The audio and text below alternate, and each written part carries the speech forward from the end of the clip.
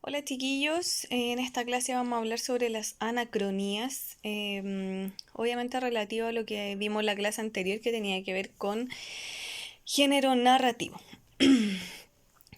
Para hoy tenemos como objetivo identificar la anacronía en un texto narrativo, comprendiendo la misma como un recurso estético para embellecer el relato. ¿Ya?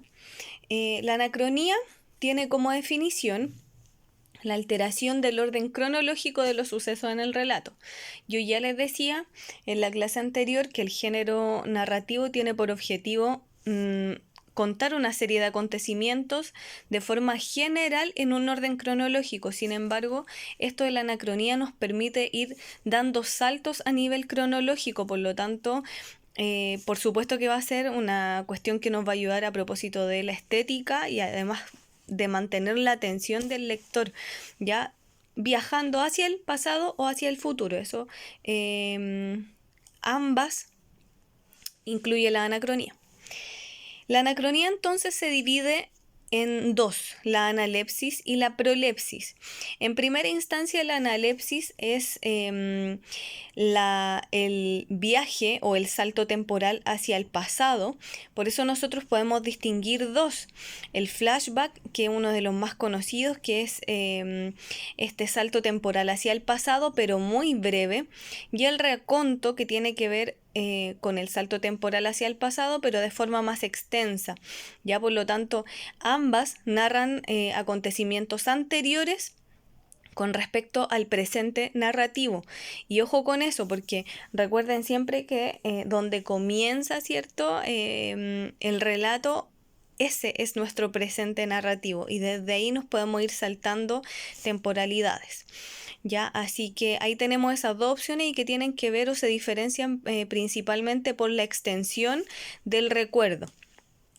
La segunda, como les decía, es la prolepsis, que también se divide en dos.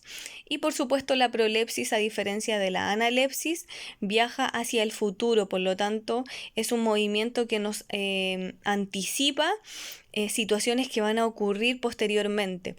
De modo que nos permite a nosotros, como lectores, digamos, o como espectadores, conocer las situaciones que van a pasar y que claramente todavía no han pasado.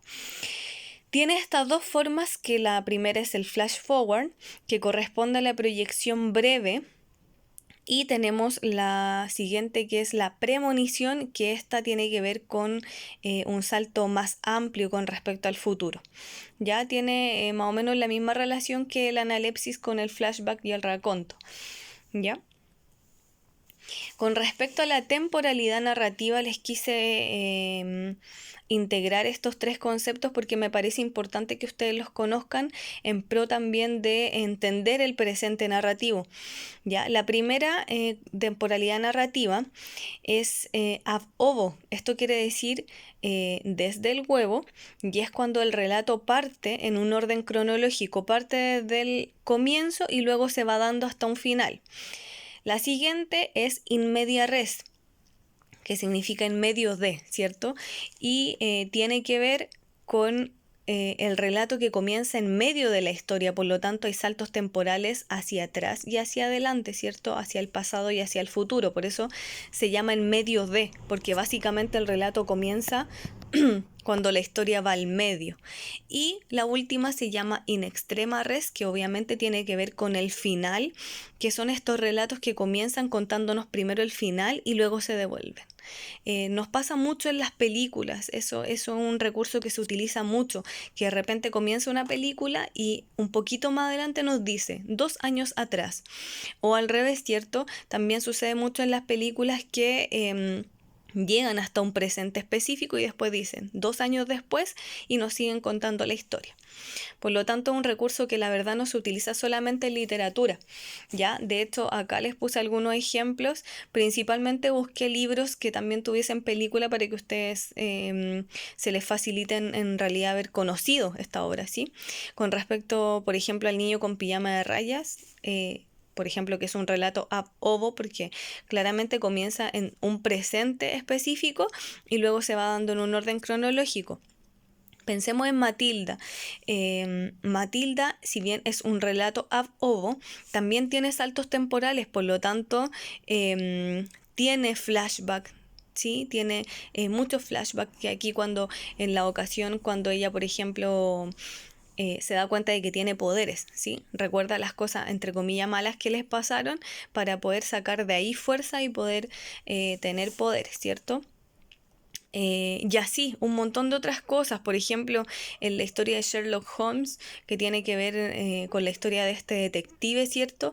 Y Sherlock tiene tantas aventuras que hay algunas que comienzan in media res, incluso unas que comienzan in extrema res, porque comienza primero con el final y después nos cuenta cómo llegó a ese lugar.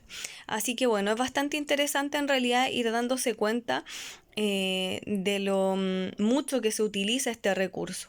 Ya, así que lo invito en realidad para que ustedes también en las películas que vayan viendo en estos días, que de seguro son muchas, vayan viendo si el relato comienza al principio, si comienza en la mitad o si comienza realmente con el final y luego se devuelve.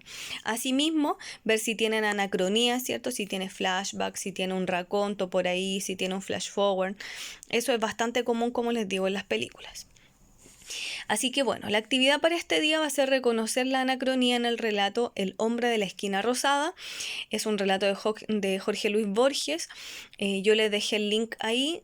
A propósito de esto, además se los voy a dejar en la descripción del video y además les voy a enviar este PowerPoint por correo, así que lo van a tener por si es que necesitan tenerlo más a la mano, ¿no?